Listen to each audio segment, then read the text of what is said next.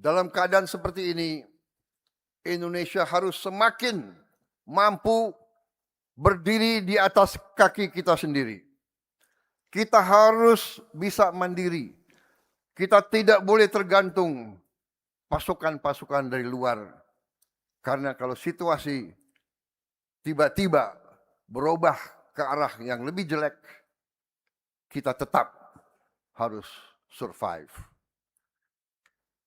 Alhamdulillah karena kerja keras kita, karena kepercayaan rakyat kepada pemerintah, di tengah ketidakpastian global, investasi tetap tumbuh.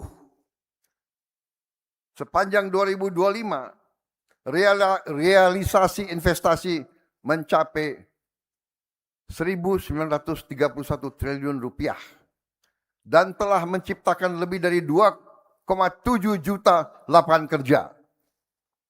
Pada semester pertama 2026 ini saja, realisasi investasi mencapai 1.010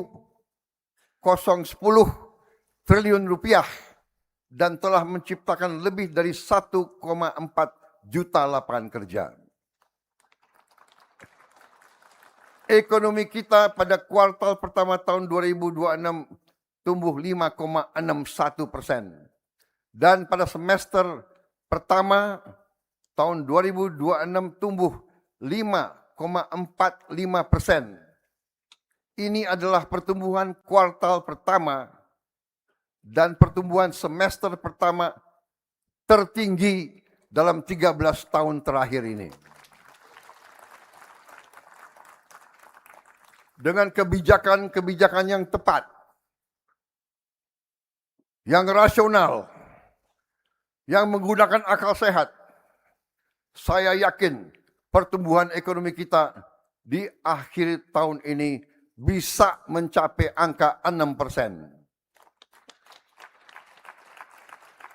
Tetapi saya tegaskan di hadapan majelis ini, bagi saya pertumbuhan dan investasi bukan tujuan akhir.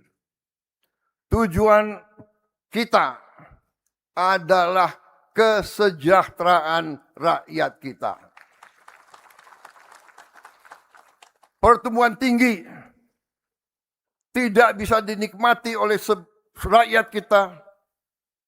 Kebanyakan tidak bermanfaat bagi kita.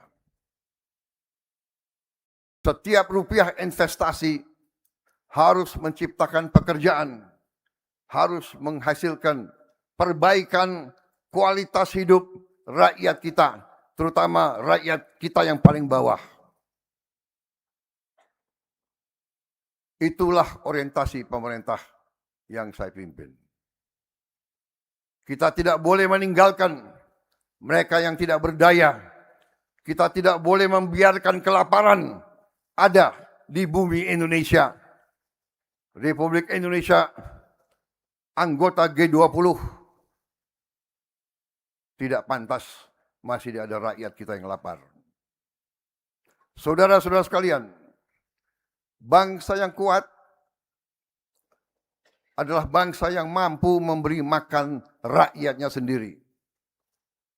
Ketika kami menerima mandat, petani masih menghadapi pupuk yang sulit diperoleh. Harga gabah yang jatuh setiap saat panen. Aturan yang berbelit-belit.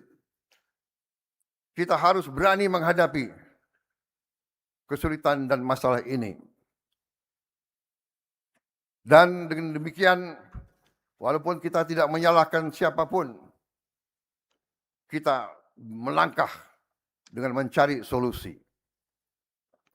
Birokrasi tidak boleh menghambat keputusan yang baik. Kita harus mengakui masalah bangsa kita adalah antara lain masalah birokrasi yang berbelit-belit. Birokrasi yang tidak bekerja dengan efisien. Para birokrat yang sering menggunakan jabatan dan wewenangnya untuk memperkaya diri, memperkaya keluarganya, dan memperkaya kelompoknya. Ini harus kita berantas.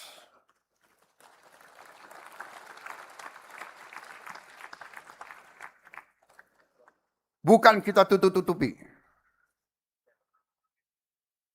Era sekarang, era digital, era informasi. Tidak ada gunanya kita tutup-tutupi. Justru kita harus selesaikan masalah ini. Dan ini memerlukan persatuan di antara semua pemimpin dan kelompok politik. Karena birokrasi yang tidak efisien, birokrasi yang korup akan menghancurkan suatu bangsa. Negara harus memudahkan rakyat, bukan mempersulit. Dan kalau saya bicara, saya tidak hanya bicara pemerintah pusat. Justru saya bicara juga kepada pemerintah daerah, pemerintah provinsi dan pemerintah kabupaten.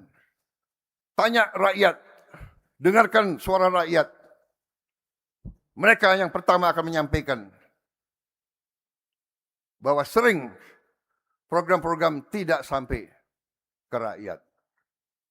Ya, Menteri Keuangan Purbaya Yudisadewa menyatakan akan berkoordinasi dengan Kementerian Perhubungan untuk menyelesaikan masalah disparitas tarif jasa lift on lift off atau LOLO pada depo peti kemas kosong di luar kawasan pelabuhan.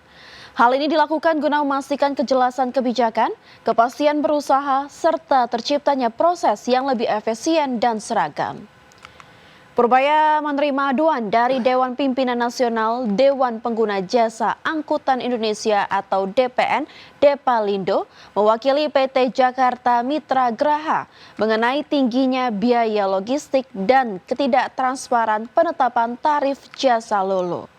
Adapun tarif di luar pelabuhan lebih tinggi sekitar 300 hingga 400 ribu rupiah per kontainer dibandingkan tarif sejenis di dalam pelabuhan. Disparitas tersebut terjadi seiring belum tersedianya regulasi yang secara khusus mengatur struktur, komponen, dan golongan tarif pengenaan jasa LOLO. Oleh karena itu, Kemenkyu menambahkan perlu adanya upaya menyeragamkan tata kelola dan mekanisme layanan depo peti kemas kosong, baik di dalam maupun di luar area pelabuhan, termasuk mengkaji ketentuan bagi perusahaan asing yang memiliki fasilitas depo di Indonesia.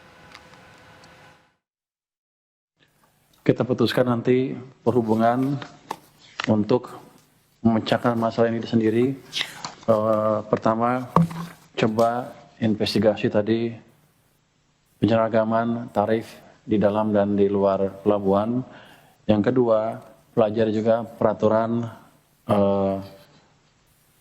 trader asing, trader namanya, trading company asing bisa punya perusahaan depo di sini, bisa nggak itu dihapuskan.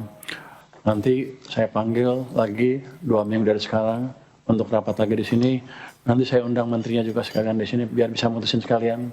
Jadi Anda putuskan di perhubungan dengan perhubungan Pemda juga sekalian. Nanti keputusan seperti apa saya panggil lagi 2 minggu lagi di rapat di ruang Kementerian Keuangan ini.